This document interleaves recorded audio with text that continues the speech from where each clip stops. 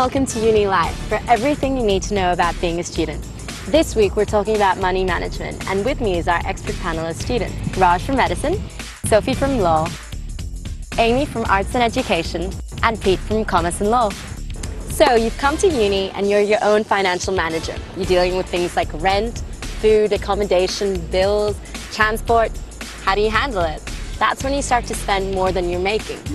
Guys, are you good with your money? How do you try and stay on top of things? Raj? Well, I come from a business family, so they've taught me quite a few good tips on burning money and making pretty poor investments.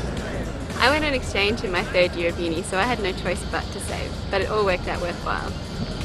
I'm pretty good at saving. I have a savings and a spending account, but I do have the tendency to blow my money on some pretty bad impulse buys. I'm not too bad at saving either. I work every weekend, but I've noticed my main expenditures become food and coffee these days. Well, do you guys have any stories about money spending excesses? Well, I get paid once a fortnight, so I generally live like a king for about a week, and then I sort of struggle and start having to scavenge for food and cut costs on all sorts of things and live a kind of debauched lifestyle until I get paid again.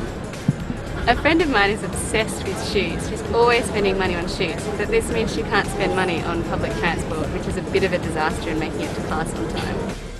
I had a friend who saved all semester for a new computer, but he blew it all when he spent $500 shouting everyone drinks at the end of session party.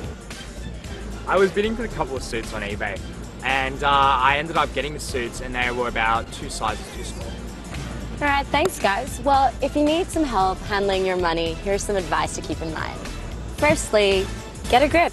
Make a list of what you're spending, write it down so then you can see where your money's going and what you still need to save for. Secondly, you can try and set yourself a monthly budget to stick to. Thirdly, try and control those impulse buys. I know it's hard, but you've got to crack down on yourself. Although you're young, wild and free, try and save. Put a bit of money aside each month along with a high interest bank account. You'll reap the benefits in the future. Alright, so for more money tips and info, check out the Australian government website fido.gov.au. And if your money troubles are really starting to get you down, you can speak to UNSW Counselling. Their website's counselling.unsw.edu.au. Well guys, that's a wrap. I hope you enjoyed it, and I'll catch you next time on Uni Live.